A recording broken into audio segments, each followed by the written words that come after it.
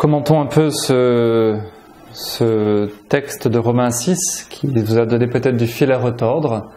Mais c'est bien de s'affronter à des textes difficiles, encore une fois, ça permet de dépasser nos peurs de lire la Bible et de ne pas nous laisser arrêter par des textes qui ont 2000 ans et de comprendre vraiment le message le plus profond, le plus beau et le plus nourrissant. Alors, que se passe-t-il pour Paul dans le baptême ? Les baptisés, pour lui, entrent dans une communion de destin avec Jésus, une communion de destin dans sa mort et dans sa résurrection.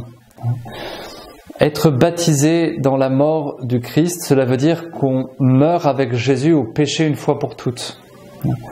Il ne sera donc plus pensable pour Paul de vivre comme on a toujours vécu, comme si on était encore asservi au péché avec un grand P. Désormais, celui qui est baptisé est libre de vivre pour Dieu. Il est encore dans ce monde, mais il a changé d'univers. Alors qu'est-ce que ce péché avec un grand P dont parle Paul ? Il ne s'agit pas, bien sûr, d'un acte mauvais comme les actes que nous posons, les péchés que nous posons, mais le péché, c'est ce qui fait que nous sommes séparés de Dieu. C'est la puissance du mal, voilà, qui nous environne, qui nous précède, qui précède même notre venue au monde.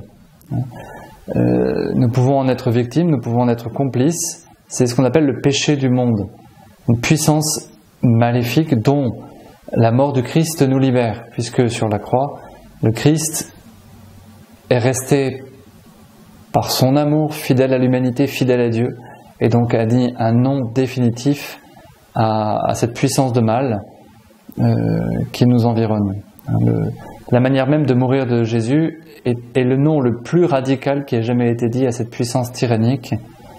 Il est mort au péché une fois pour toutes, et donc lorsque nous sommes baptisés, nous sommes par grâce unis à ce nom que le Christ a porté sur la croix, et donc nous sommes unis à cet aspect négatif du baptême, la face positive étant d'inaugurer une vie nouvelle dans la résurrection de Jésus. Le baptême a deux faces, il y a l'envers et l'endroit. L'envers, c'est le non au péché avec un grand P, c'est-à-dire le non à cette puissance et à cette force du mal dont nous sommes victimes et qui nous précède. Et l'autre face, c'est la résurrection, la vie nouvelle avec le Christ, la victoire sur la mort. Alors, il faut lire ce texte avec toute sa richesse mystique. Pour Paul, le baptême est bien plus qu'une purification des péchés passés. C'est plus que l'effacement de la faute originelle, comme le disent nos catéchismes, nos vieux catéchismes. Dans le baptême, une aventure extraordinaire commence. Le baptisé entre dans une communion de destin avec le Christ. Pas seulement faire comme lui, mais tout avec lui. C'est ça qui d'abord intéresse Paul dans le baptême. Le baptisé est engagé dans un mourir avec, un vivre avec, qui lui fait passer tout le drame de la vie du Christ. La Pâque du Christ, le passage du Christ de la mort à la vie devient sa propre Pâque, son propre passage. C'est pourquoi on trouve plusieurs fois le mot « avec » dans les épîtres de Paul et dans ce passage de l'épître aux Romains, chapitre 6. Alors vous avez sur vos livrets plusieurs citations qui nous montrent que c'est la base du credo, de notre foi au Christ. Il a souffert, il a été crucifié, il est mort, il a été enseveli, il est ressuscité, il est vivant, il est glorifié. Et à chaque fois, nous avons chez Paul des citations qui sont la base de notre profession de foi. Ce baptême-là n'est pas seulement un événement passé, c'est vraiment l'origine d'une nouvelle vie, d'une vie baptismale, une course à la résurrection. J'avais une belle comparaison ce matin à la radio, j'entendais une interview de Thomas Pesquet qui va bientôt revenir sur Terre, qui est encore dans la station orbitale, et qui disait que son prochain challenge c'était d'aller sur Mars. Et ce qu'il a dit m'a fait penser à ce que nous vivons avec le Christ dans le baptême, dans la résurrection, l'ascension. Écoutez. à cœur d'aller là où personne n'est jamais allé, être un peu explorateur, c'est ça le rêve. Dans le métier d'astronaute, il y a ce côté un peu romanesque, je pense, d'aller là où personne n'est jamais allé, pas pour planter un drapeau, mais pour vraiment un peu emmener l'humanité avec soi. Donc oui, moi j'aimerais bien, je rêverais de ça, d'aller sur Mars, ce serait le rêve total.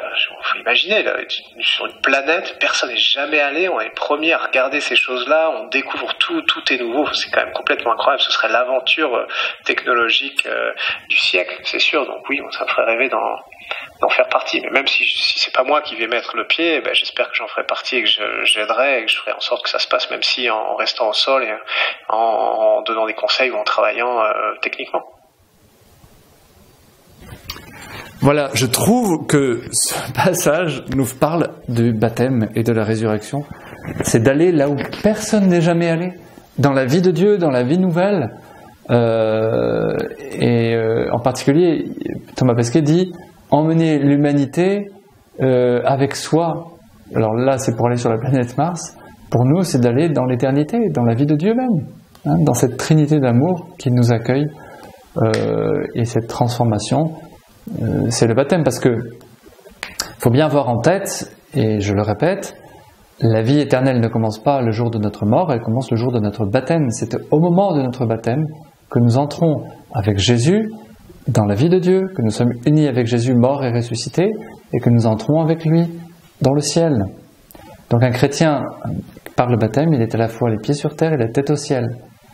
Et notre basculement dans l'éternité, c'est le jour de notre baptême. Et la vie de baptisé, c'est de vivre cette grâce de Dieu, cette vie éternelle qui est déjà commencée. Bon partage pour la piste d'actualisation. Alors, vous avez quelques questions. Ne le savez-vous donc pas? Qu'est-ce que ce texte de Paul nous fait découvrir de nouveau sur notre baptême? Comme des vivants revenus d'entre les morts, vivre désormais pourquoi, pour qui? Voilà, qu'est-ce que cela éclaire sur notre vie de baptisé, de catéchumène ou de futur baptisé? Bon partage et bravo encore pour tout ce parcours que vous avez vécu.